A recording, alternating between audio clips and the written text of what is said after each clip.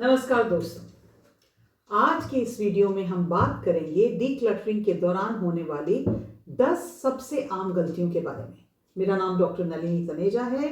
मैं काउंसलर हूँ, थेरेपिस्ट हूँ और डीक्लटरिंग के बारे में, पेरेंटिंग के बारे में हर तरह के वीडियोस बनाती हूँ। डीक्लटरिंग के वीडियोस के बारे में आपने कुछ रिक्वेस्ट की हैं तो मैं उन्हीं वीडियोस पे उन वीडियोस को बना रही हूँ ताकि आपको उनसे हेल्प मिले, आपको सहायता मिले। क्या आपने कभी महसूस किया है कि आपका घर सामान से भरा हुआ है, लेकिन डीक्लटरिंग शुरू करने के बाद भी कोई खास फर्क नहीं पड़ता, या फिर कुछ हफ्तों के बाद सब कुछ वैसा ही हो जाता है? अगर आपकी ये सिचुएशन है तो आप अकेले नहीं हैं। डीक्लटरिंग एक ऐसी प्रक्रिया है जिसमें सिर्फ चीज़ों को फेंकना ही नहीं, बल्कि अपने जीवन में एक नया संतुलन लाना शामिल करने की ज़रूरत है। लेकिन इस यात्रा में कई लोग कुछ आम गलतियां करते हैं जो उनकी सफलता में बाधा बन जाती हैं। आज हम उन्हीं 10 गलतियों के बारे में बात करेंगे और साथ ही ये जानेंगे कि इनसे कैसे बचा जा सकता है। तो चलिए शुरू करते हैं। गलती नंबर 1, एक साथ पूरे घर की सफाई करना शुरू कर देना। सबसे पहली और सबसे आम गलती ये है कि एक ही दिन में या एक वीकेंड में पूरे घर को डिक्लटर करने की कोशिश करना। आपने शायद कई लोगों को ऐसा करते देखा होगा। वे एक दिन में बहुत एक्साइटेड होते हैं और सारा सामान बाहर निकाल देते हैं और फिर जल्दी थक जाते हैं, हताश हो जाते हैं और फिर आधा काम बीच में ही छोड़ देते हैं। अब सही तरीका क्या है? सही तरीका ये है कि छोटे छोटे हिस्सों में काम करें। हर दिन या हर हफ्ते सिर्फ एक छोटा सा एरिया चुनें, जिसे एक ड्रॉर हो सकता है, एक कबर्ड हो सकता है, एक शेल्फ हो सकता है। इसे आप सबसे ज़्यादा फोकस में रहेंगे और जब आप उसको क्लीन कर पाएंगे, आपको you will feel a sense of achievement और आपको थकावट और निराशा भी ज़्यादा नहीं होगी।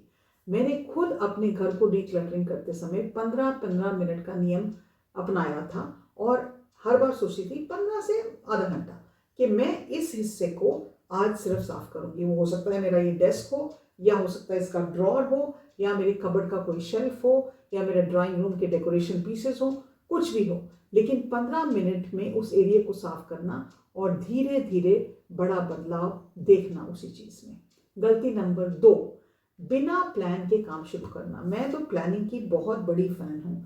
हम जो भी करना चाहते हैं उसका प्लान लिख के बना दीजिए और आजकल चैट जीपीटी की सहायता ले लीजिए, प्लान ऑटोमेटिकली बन जाता है। अगर आपने कोई स्पष्ट योजना अपनी डीक्लटरिंग की नहीं बनाई है तो उससे आपको ये समझ में नहीं आएगा, अरे ये सामान निकल तो गया, अब इसमें से किसको रखना है, किसको फेंकना है, ये सब सोचने की ज़रूरत है।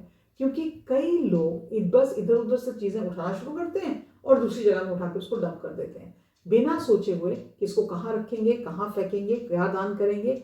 इससे बहुत ज़्यादा केओस और कंफ्यूजन शुरू होता है। तो शुरू करने से पहले 3 बॉक्स तैयार करिए। Box number 1, box number 2, box number 3। अब पहला बॉक्स जो है ये उन चीज़ों से भरेंगे जो आप फेंकना नहीं चाहते हैं, तो उसमें आप चीज़ें डालते जाइए, ये बहुत ज़रूरी चीज़ें, मैं इनको नहीं फेंकूंगी। दूसरा बॉक्स वो है जो दान के लिए है। ये वो चीज़ें हैं जो मैं किसी को गिफ्ट कर दूंगी या दान दे दूंगी। मैं किसी ऑर्फनेज में दे सकती हूँ, मैं मेरे घर में जो काम करते हैं उनको दे सकती हूँ, कहीं भी आप दे सकते हैं। और तीसरा बॉक्स ये है जो चीज़ें मुझे फेंकनी है, जो खराब हैं और बेकार हो गई हैं। साथ ही आप एक बॉक्स और भी बना सकते हैं जिनके बारे में आपको थोड़ा क्लैरिटी नहीं है, थोड़ा सा कंफ्यूजन है, आप सोच रहे हैं रखूं नहीं रखूं, समझ में नहीं आ रहा, तो एक एक्स्ट्रा बॉक्स, बॉक्स नंबर 4 आप रख सकते हैं उन चीज़ों के लिए जिन पे आपको अभी क्लैरिटी नहीं है कि उनका आपको क्या करना है। गलती नंबर 3, हम कई बार, बहुत सारी बार, मैंने तो गलती बहुत बार की है, मैं उन चीज़ों को रखती हूँ जिससे मुझे इमोशनल अटैचमेंट है और ये जो चीज़ें हैं इनको फेंकने में थोड़ा टाइम ज़्यादा लगता है।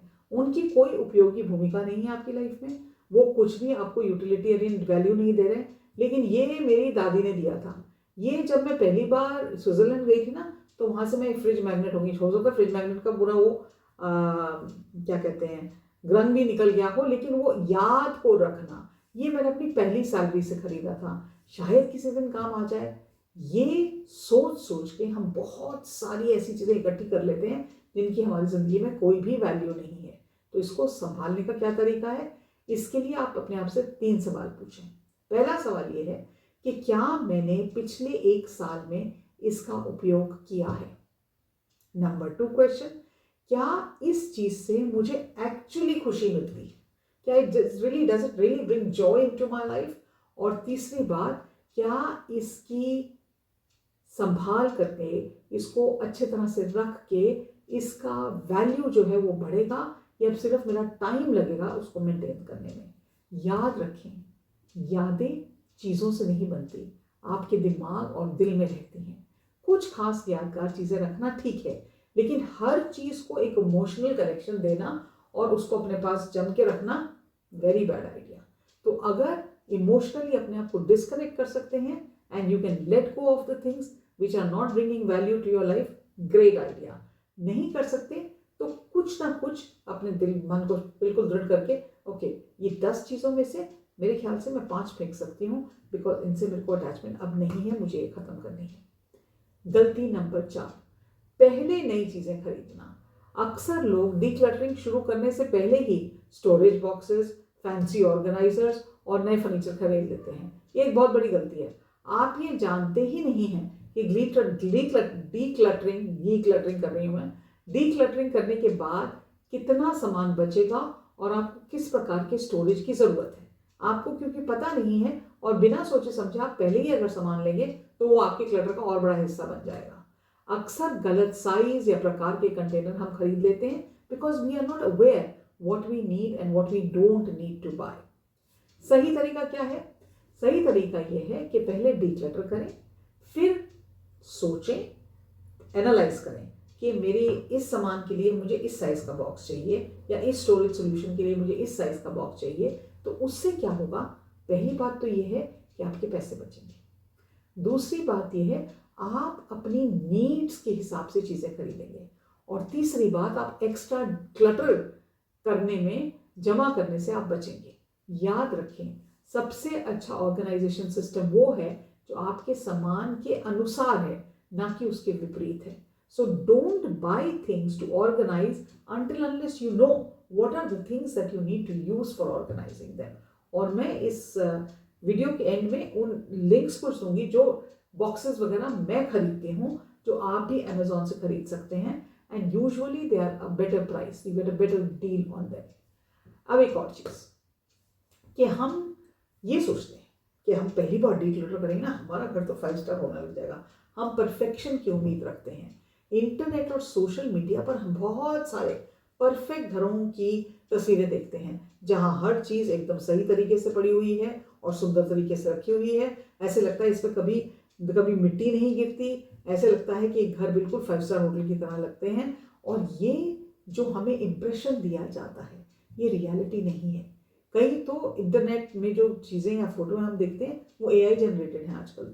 तो अपने दिमाग में ये बात रखना कि घर है, कोई होटल नहीं है जहाँ पे एक कमरे को साफ करने के लिए 50 लोग रहते हैं। Very bad idea. वास्तविक उम्मीदें रखना अपने घर के लिए बहुत अच्छा है। आप घर संभालते हैं, हो सकता है आपके पास हाउस हेल्प भी हो, लेकिन आपकी ज़िंदगी में घर को संभालने के अलावा और भी कई चीज़ें हैं। उस घर में लोग रहते हैं, जहाँ लोग रहेंगे वहाँ गंदगी थोड़ी बहुत होगी। तो परफेक्ट के बजाय ये सोचना चाहिए कि मेरा घर बेहतर कैसे लग सकता है। उस वर्ड पे फोकस करें, इम्प्रूवमेंट कैसे हो सकती है। अपने घर को अच्छा बनाएं, व्यवहारिक रूप से अच्छे से बनाएं और मैगजीन के कवर के पेज की तरह बनाने की कोई ज़रूरत नहीं है। अपने लिए ऐसी व्यवस्था बनाएं जो आपके परिवार की ज़रूरतों के अनुरूप हो। आप जाके अपने फ्रेंड का घर देखते हैं, उनके बच्चे ही नहीं हैं, हस्बैंड वाइफ हैं, तो बच्चों टॉयज तो होंगे नहीं ना उस घर में, खिलेरा तो डलेगा ही नहीं। आसानी से बनाए रखें वो चीज़ें जिनको आप मेंटेन कर सकते हैं, आपके रहने के तरीके को जो सपोर्ट करती हैं। अपने घर को, अपनी चीज़ों को दूसरे लोगों से कंपेयर मत करें, क्योंकि वो that will not solve any problem. बल्कि उस तरह से सोचें कि किस तरह से मैं अपने घर को संभाल सकती हूँ या रख सकती हूँ या डीक्लटर कर सकती हूँ जो मेरी लाइफ को या मेरे परिवारजनों की लाइफ को बेटर बनाए। गलती नंबर 6, बिना सिस्टम के डीक्लटर करना। बहुत से लोग चीज़ें साफ कर देते हैं लेकिन उनके पास कोई ऐसा सिस्टम नहीं होता जो उन्हें फिर से क्लटर जमा करने से रोके। आप एक बार डिक्लटर कर सकते हैं। अगर आपने अपनी आदतों को नहीं बदला तो जल्द ही वापस वहीं पहुंच जाएंगे जहां से आपने शुरू किया था। ऐसा सिस्टम बनाएं जो आपको ऑर्गेनाइज होने में मदद करे। तो एक इसका बड़ा अच्छा ट्रिक है जो मैं अपनाती हूँ, 1 in 1 out, मतलब एक चीज अंदर एक चीज बाहर। इसका मतलब ये है जब भी मैं कोई नई चीज खरीदती हूँ तो मैं एक पुरानी चीज जरूर फेंक देती हूँ या दे देती हूँ। हर चीज के लिए दूसरी चीज बहुत जरूरी है। हर चीज की एक जगह होनी चाहिए। अगर आपके घर में कैंचियां हैं तो मेरी सिजर्स इस पर्टिकुलर ड्रॉर में जाएंगी, मेरे पेन्स इस पर्टिकुलर पेन केस में जाएंगे, मेरी स्टेशनरी की बुक्स इस पर्टिकुलर शेल्फ में जाएंगी। रोजाना 5 से 10 मिनट आप क्लीन अप कर सकते हैं और हर महीने एक छोटा डिक्लटरिंग सेशन रखें। याद रखें, डिक्लटरिंग एक इवेंट नहीं है बल्कि प्रक्रिया है जो कॉन्स्टेंटली रहती है। But if you don't change your habits, अगर आपको आदत है कि आप ऑनलाइन जाएंगे और आप एक टाइम में 6 सूट ऑर्डर करेंगे तो वो 6 सूट रखने की आपको जगह बनानी पड़ेगी। So decluttering is a long time process जिसमें हमें अपनी आदतों को भी चेंज करने की बहुत ज़रूरत पड़ती है। गलती नंबर 7, परिवार के सदस्यों को शामिल ना करना। कितने लोगों ने मेरे पिछले डिक्लटरिंग वीडियो पे डाला है कि मैम हम जॉइंट फैमिली में रहते हैं और हमारे इन-लॉज को एक पुराना टूथब्रश भी नहीं फेंकने देते। अब अगर आप अकेले ही इस चीज़ की समस्या से जूझ रहे हैं तो आप इसमें सक्सेसफुल होने के चांसेस कम है। लेकिन आपके लिए बहुत ज़रूरी है कि जब आप डिक्लटर कर रहे हैं तो बाकी परिवार के सदस्यों को इसमें शामिल करें, बल्कि आपकी मेहनत ही बेकार हो जाएगी लेकिन अगर वो उसमें शामिल नहीं होते। तो क्या कर सकते हैं, परिवारजनों की एक मीटिंग बनाएं और सबको डीक्लटरिंग के महत्व के बारे में समझाएं। आप ये बताएं कि डीक्लटरिंग से हमारे घर की वाइब्रेशन चेंज होती है, हमारे घर में पॉजिटिव एनर्जी आती है, मेरे लिए काम करना आसान हो जाता है और मैं घर को ज़्यादा अच्छे से मैनेज कर सकती हूँ। और बच्चों को छोटे छोटे काम दीजिए, उनके अनुसार वो काम दीजिए। सफलता, जब भी आप डीक्लटरिंग का सामान किसी को दान में देते हैं उसके लिए एक सेलिब्रेशन करिए और इसलिए उस डिक्लटरिंग इवेंट को स्पेशल बनाइए और छोटी छोटी उपलब्धियों को भी सराहें।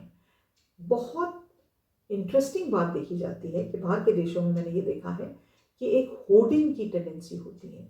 कई लोग अपनी पुरानी चीज़ें फेंक ही नहीं पाते। ये एक बीमारी की तरह हो जाती है। जब हम अपनी पुरानी चीज़ें नहीं फेंक सकते हैं तो हमें उन चीज़ों से एक तरह से सेटिस्फैक्शन मिलना शुरू हो जाता है। इसको एक बीमारी के तौर पे भी देखा जाता है बाहर के देशों में और इसके लिए थेरेपी भी होती है।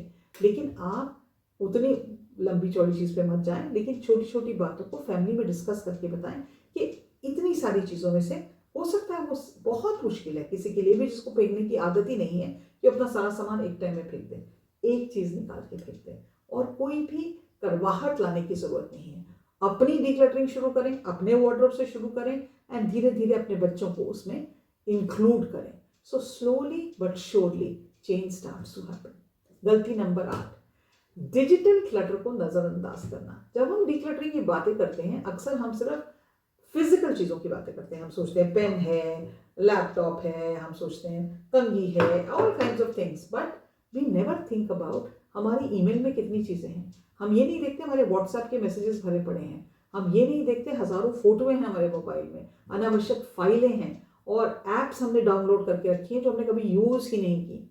ये सब भी आपके दिमाग को थका सकते हैं और आपकी प्रोडक्टिविटी को प्रभावित करते हैं और कम करते हैं। अपनी डिजिटल स्पेस को भी ऑर्गेनाइज करें। अपने फ़ोन से जो एक्स्ट्रा ऐप्स हैं जो आपने कभी यूज़ नहीं की उनको डिलीट करें। फोटो और फाइलों को कैटेगराइज करें या बैकअप में रखें। ईमेल इनबॉक्स को साफ करें और फोल्डर सिस्टम बनाएं। सोशल मीडिया पर अनफॉलो करें जो लोगों को आप नहीं फॉलो करते। 800 लोगों को फॉलो कर रहे हैं, 600 लोगों को फॉलो कर रहे हैं, अगर आपको उनसे कोई स्पेशल प्रोत्साहन नहीं मिल रहा, आप उनसे कुछ सीख नहीं रहे तो आपकी वो एनर्जी ही विड्रॉ करे जा रहे हैं। तो आप उन सब चीज़ों को डिलीट कर दें। याद रखें, डिजिटल क्लटर भी आपके मानसिक स्वास्थ्य और प्रोडक्टिविटी पर डीप असर डालता है। गलती नंबर 9, अपनी प्रगति को ट्रैक ना करना। हम सारा टाइम, एक तो हमारी सोसाइटी में हमको सारे लोग क्रिटिसाइज करते हैं, कोई किसी के बारे में पॉजिटिव बात कहता ही नहीं है। कोई कभी भी किसी की तारीफ करने में तो ऐसा लगता है जान ही निकल जाएगी। लोग क्यों नहीं एक दूसरे की तारीफ करते? कोई लोग थैंक यू प्लीज क्यों नहीं बोलते? मेरी तो समझ से बाहर है। कोई आपको एक ग्लास ठंडा पानी का देता है, आप उसको थैंक यू नहीं बोलते? आप कुछ भी जरा सा भी कुछ गलत करेंगे तो सारे आप पे हावी हो जाते हैं। तो अपनी प्रगति जिसमें आपने अपने एफर्ट करके अपने घर को डिक्लटर किया है, अपने को शाबाशी दें। इससे आपका मोटिवेशन बढ़ता है। कोई नहीं देगा आपको शाबाशी, किसी को फुर्सत नहीं पड़ी। लोग अपनी जिंदगी में इतने उलझे हुए हैं। आप जब अपनी डिक्लटरिंग कर रहे हैं, पहले की एक दूसरी सिचुएशन, जो कमरा दिखता था या कबर्ड दिखता था या ड्रॉर दिखता था, और उसके बाद जो ड्रॉर दिख रहा है उसकी फोटो लें, उसको देखें और खुश हों। आई डिड दिस वर्क, मैंने ये काम किया है। एक जर्नल रखें कि मैंने इस महीने में अपने इस ड्रॉर को साफ किया।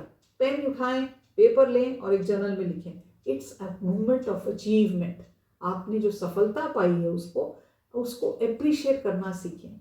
फेक दी जो चीज़ें फेंकी हैं उनको उनकी संख्या लिखें। आई थ्रू ऑफ दिस ओल्ड चम्मच, I threw off this old sari, I gave away my old petticoats, I gave away old cushion covers. Number गिने। इससे न सिर्फ आपको मोटिवेशन मिलेगा बल्कि आप अपने तरीकों से लगातार सुधार भी ला सकते हैं।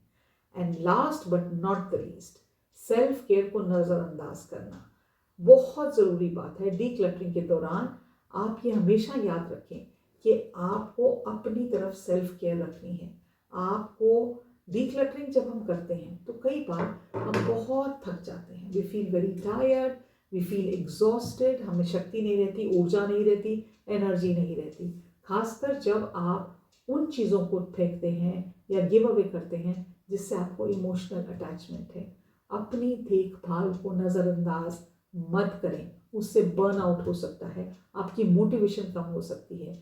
हमेशा हमेशा याद रखें, आप जो भी कार्य कर रहे हैं, डीक्लटरिंग का हो, कोई भी काम कर रहे हैं, उसमें अपने आप को, अपनी सेल्फ केयर को प्राथमिकता दीजिए। Please please please take out time for your own self care.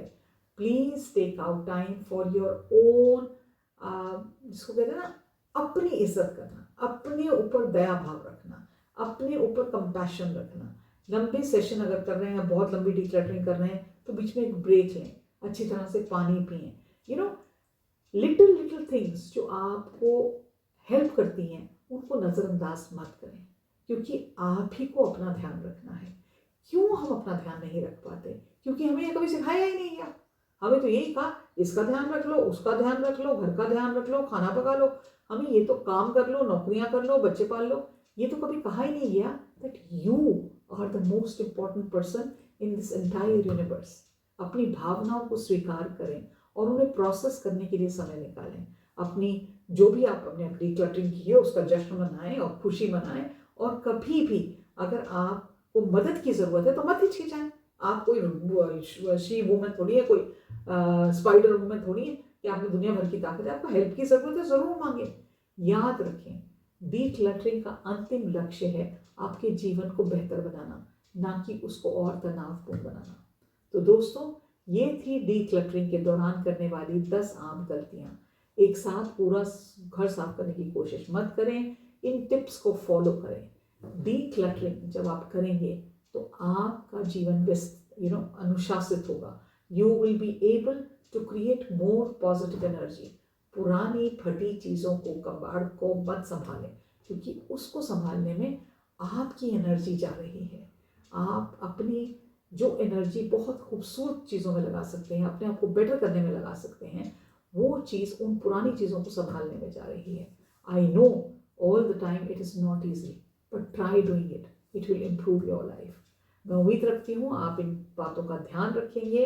आप मेरे को, जैसे आपने आइडिया दिया और मैंने ये वीडियो बनाया, आप प्लीज़ मुझे और कमेंट्स में आइडियाज़ दीजिए। मैं ज़रूर आपके लिए वीडियोज़ बनाऊँगी। और अगर आपको ये चैनल का कंटेंट अच्छा लगता है, शेयर करें, अपने फ्रेंड्स को बताएं, रिलेटिव्स को बताएं, कमेंट्स ज़रूर करें, और प्लीज़ चैनल को सब्सक्राइब करें। और सब्सक्राइब बटन दबाने के बाद नोटिफिकेशन आइकन को भी दबा दें, ताकि जब भी नया वीडियो बने आपको पता चले। अगर आपके कोई और चैलेंजेस हैं उसके बारे में लिखें, मैं आगे चलकर ज़रूर उसके बारे में वीडियो बनाऊंगी। आज के लिए इतना ही। नमस्कार।